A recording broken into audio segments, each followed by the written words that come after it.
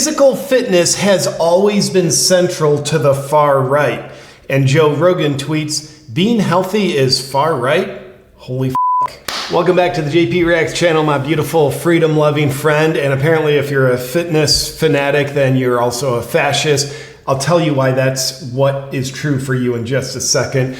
But here we like to call out the lies, hypocrisy, and corruption of tyrants, shine the light of awareness on woke absurdities, and highlight the amazing work of other freedom fighters. As I said at the beginning, fitness is far right. It's what fascists do. You saw Joe Rogan's tweet on this, tweeting out the MSNBC article we're going to take a look at in a second. Article is entitled, "The Far Right's Obsession with Fitness is Going Digital." Whoa! Rogan says, being healthy is far right? Holy f***. I can't think of a world where this is anything other than propaganda that tries to weaken human beings. In this case, weaken men. The protectors and the providers, if you weaken them, guess what they are? They're not protectors and providers anymore. They're weak, they're obedient, much easier to control. In my opinion, this is nothing other than a deliberate attempt to use propaganda to frame physical fitness as a fascist, far-right kind of thing, to get people to associate, oh, fitness is bad because it's linked to something bad. Not that necessarily being far-right is bad. I guess it is if you're too far-right, but nonetheless, that's the world. Here is something bad associated with fitness. Now think about that together, and also don't really think about it too much. Just take our word for it. This is nothing other than that. In my opinion, these people authoring this crap, they should be ashamed of themselves. They're trying to get people to literally be ashamed of fitness. They're trying to get people to think of health, fitness, sports as something bad for them. And that, in my opinion, I would dare say it's almost a fact, it is literally bad for people to try to brainwash them to think that fitness is bad. Yikes. And I guess that means if you're on the left, you're not allowed to be fit, because if you're fit, then that means you're a fascist. You don't want to be that, you're on the left. So no exercise for you. Don't be healthy. Healthy is just it's a form of domestic terrorism, really is what it is. Use our brains, people. As crappy as the propaganda's gotten, as obvious as it is, I can't believe they let this see the light of day. There is just nothing believable about it. So let's take a look and be amused, mildly angry. MSNBC, thank you guys for your contributions trying to weaken people. You are literally bad for people's health. Pandemic fitness trends have gone extreme. Literally. Yeah, not literally, you idiots. White supremacists' latest scheme to valorize violence and hypermasculinity has gone digital. So in a second, they'll talk about like these white supremacist groups that are like using gyms to find new members, and they're talking about fitness. Now, I haven't researched that. Are there really white supremacist groups doing that? I'm just gonna pretend there are. Like, okay, cool. That doesn't mean that fitness is bad. And they liken it to Hitler. It's like, okay, everything Hitler and his army did, obviously they were crappy humans, but everything they did isn't necessarily bad just because they did it. Like, they ate food. So eating food isn't fascist. Hitler was apparently a vegetarian. I'd love to see propaganda come out and like, dude, hey, if you're a vegetarian, like you're literally a Nazi sympathizer. So no more vegetarianness for you, and definitely don't work out, because Hitler had his army work out. Literally every army works out. You want strong soldiers. What I'm trying to say is they have rationalizations for why fitness is bad. And their rationalizations, just like we saw all throughout the pandemic, they're rationalizations that utilize weaponized morality. They try to get good people with a good conscience to buy into their bad ideas, but they do that by framing their bad ideas as moral. Look, hey, if you're moral, then you don't like Hitler, right? So fitness and Hitler are kind of one and the same. So you don't like fitness anymore, do you? Well, I'm a moral person. I would never endorse anything Hitler did. So no, of course I don't like fitness anymore. That's what they're doing. It's weaponized morality. Not good for you. Weaponized morality a day doesn't keep the doctor away. It makes you need your doctor. So this piece of garbage article after the stupid beginning says, earlier this month, researchers reported that a network of online fascist fitness, very clever alliteration, fascist fitness chat groups are on the encrypted platform Telegram are recruiting and radicalizing young men with neo-Nazi and white supremacist extreme ideologies. Initially lured with health tips and strategies for positive physical change, new recruits are later invited to closed chat groups where far-right content is cheered. Okay, so if these authors were actually out for good, instead of criticizing fitness, why wouldn't they just criticize the white supremacist groups? That's the bad thing here. Cool, these white supremacist groups, they probably walk. They probably use their legs. They might even walk for exercise. That doesn't mean good people shouldn't walk anymore. Okay, they do fitness. Doesn't mean good people shouldn't do fitness anymore. It means good people shouldn't do white supremacy. So if these authors at all remotely cared, instead of using their content as care, is actually propaganda disguised as care, that's what they would be talking about. But they're not talking about that because they don't care. I was there to say they're not out for your best interest, they're out for your worst interest. They want to make you weaker. I feel strongly about that. Physical fitness has always been central to the far right. In Mein Kampf, Hitler fixated on boxing and jiu-jitsu. Were they doing jiu-jitsu back in the 1930s in Germany? I don't necessarily believe that's true, but let's just pretend it's true. Believing they could help him create an army of millions whose aggressive spirit and impeccably trained bodies combined with fanatical love of the fatherland would do more for the German nation than any mediocre tactical weapons training. So you think anyone running an army would actually want their soldiers stronger and fitter? Yes, anybody, whether it's the good guy army, the US, or the craphead army, the Germans in the 1930s, of course they're using fitness. Like, use logic here, people. What they were doing to make themselves stronger is something any army would do. And it's something any human would do if they want to be healthy and have a good quality of life. The other stuff they were doing, that's the bad stuff. In more modern times, far-right groups have launched mixed martial arts and boxing gyms in Ukraine, Canada, and France. Yeah, like any first world country. Among other places, focused on training far-right nationalists in violent hand-to-hand combat and street fighting techniques. That's complete BS. I have never once encountered a far-right gym.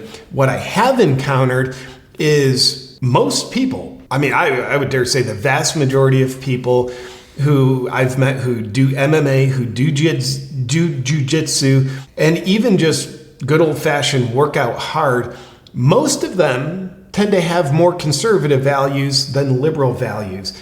For whatever weird reason, nowadays, self-responsibility and a willingness to be uncomfortable as you encounter working out or doing jiu-jitsu, that tends to be of the values on the right, not the left. That's not universally true, but that's generally true in my experience. We also know the propaganda machine likes to say, hey, if you're on the right, you're actually a far-right person. You're a far-right extremist. Just listen to Biden's speech in Philadelphia with a devil background behind him. He said you're a far-right extremist, domestic terrorist even. So just because you're on the right doesn't mean you're a far-right person. So these authors deserve no benefit of the doubt. But if I'm giving the benefit of the doubt for a moment, gyms they encounter, yes, you will find, especially mixed martial arts, you will find more people in those gyms with conservative values. They're more on the right. The propaganda machine says if you're on the right, you're on the far right. So I would guess they encounter more people on the right in the gyms.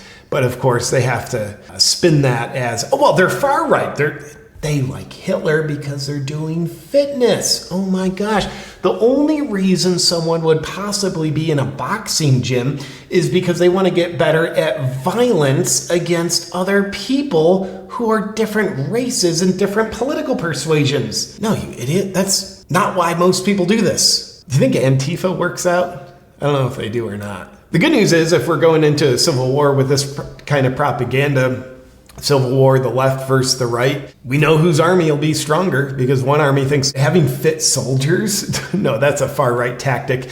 We're going to do our best to have the weakest, dumbest soldiers possible because we want to win this war. And the article goes on and says more dumb things, just trying to lump fitness and boxing, mixed martial arts in with far-right extremism. So not even going to bore you by saying that. The intersection of extremism and fitness leans into a shared obsession with the male body. By the way, who's obsessed with their bodies? Gender ideology. Obsession with the male body, training masculinity, testosterone, strength, and competition. Yeah, aside from the word obsession, all of those things are great. I would endorse all men to really pay attention to all these things. Their body, training, masculinity, testosterone, strength, and competition. You accidentally become a stronger person when you're paying attention to all those things. And of course, they use the word masculinity. Somewhere in here, they use the term hypermasculinity. They're trying to weaken men. They're trying to get good people with weaponized morality to think masculinity is a bad thing. It's toxic masculinity. Strength, testosterone, being bold, being brave. Oh, you mean not being a weak beta shell of a human? Yes, that's bad for you. In 1984, it is bad for you. But in the actual reality we live in, if you're a man, these things are really good for you. Having higher testosterone, that is really good for you. It lowers your biological age. It gives you a better quality of life, better energy, better muscularity. Your hormones are better balanced. It's weird how being healthier is actually good for you. Physical fitness training, especially combat sports, appeals to the far right for many reasons. Fighters are trained to accept significant physical pain. You mean not be pussies? To be warriors, and to embrace messaging around solidarity, heroism, and brotherhood. Now, I would say solidarity, heroism, and brotherhood, embracing physical pain, and being a warrior, those are all good things. Those are good virtues, and if you're a good person, you'll apply them in a good way. If you're a white supremacist, I don't want you to have those virtues. If you're a far left person, I don't want you to have those virtues because that will make you weaker. You'll be less powerful behind it. But if you're a good person, these are all things that are in your best interest. Embracing physical pain, being a warrior. What kind of man would not want to be a warrior? It's like, I would rather be a weak piece of garbage. I would rather have no courage and no willingness to embrace discomfort. I would love to stand for nothing. And they go on to do more grouping of fitness and combat sports with far right, and again, just trying to frame a good thing with a bad thing to get you to think the good thing is a bad thing so you become weaker as a person. An article like this, it's primarily amusing to me. It's not that scary because anybody with 2 brain cells will see through this propaganda and not let it influence them. And someone who doesn't have 2 brain cells that they're willing to do, if they're persuaded by this article, then they're already weak and they're only going to get weaker. I'm not worried about them because we're living in a world where trying to convince sheep to be otherwise, I don't think we have time for that. What my concern is, and what I want to do, and what I think you probably stand for as well, is calling to the lions of the world. Because we don't have time to cater to the sheep. Cool, if you're a sheep, you like this article, awesome. Now you'll have another reason to not work out. Good for you. But I'm talking to the lions of the world, you. And also talking to people who are lions, but don't yet realize they're lions. That's who I have time for. I don't have time to convince any sheep who's reading an article like this and believing it. Don't have time to talk to them or convince them about anything. This propaganda is insane. Fitness is far right. Okay. Fitness is bad for you because far right is bad for you. Okay. I don't think so, people. Now, here's how extreme I am before you go. I will admit, I use things to make my body and mind stronger and healthier. Yikes. And one of those things is a brand new product from a familiar sponsor, BondCharge. It's a health and wellness technology I've come to absolutely love. It's one of the more unknown technologies, but one of the more powerful technologies out there. So I want to tell you about BondCharge's new PEMF mat.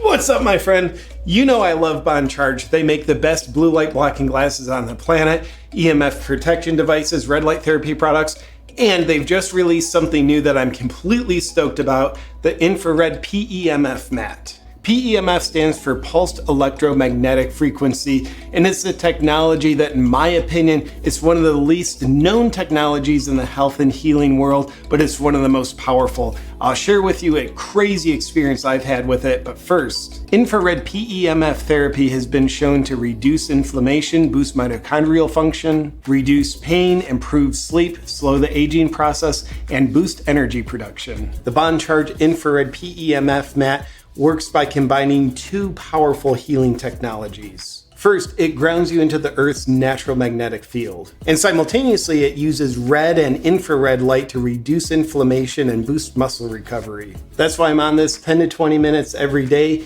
It's easy to use, lightweight. You just roll it out, plug it in, and enjoy while you're watching videos, listening to a podcast, or just meditating. Now, the PEMF experience that shocked me and just blew my mind, I had thrown my back out, and I was trying everything for it. Cold plunging, stretching, massage, nothing was helping. But then I did a long session on the PEMF mat, and even though the back pain had been there for weeks, after the session, it was gone. Of course, your results may vary. But that was my experience, and I became hooked on PEMF ever since. And it's no longer hard to find PEMF technology because Bond Charge makes it easy, and they ship worldwide in rapid time, have easy exchange policies, and everything comes with a 12-month warranty. If you want to check out the new infrared PEMF mat by Bond Charge or any of their other amazing products, just go to bondcharge.com/JPReacts. And while you're there, use the discount code JPReacts for 15% off.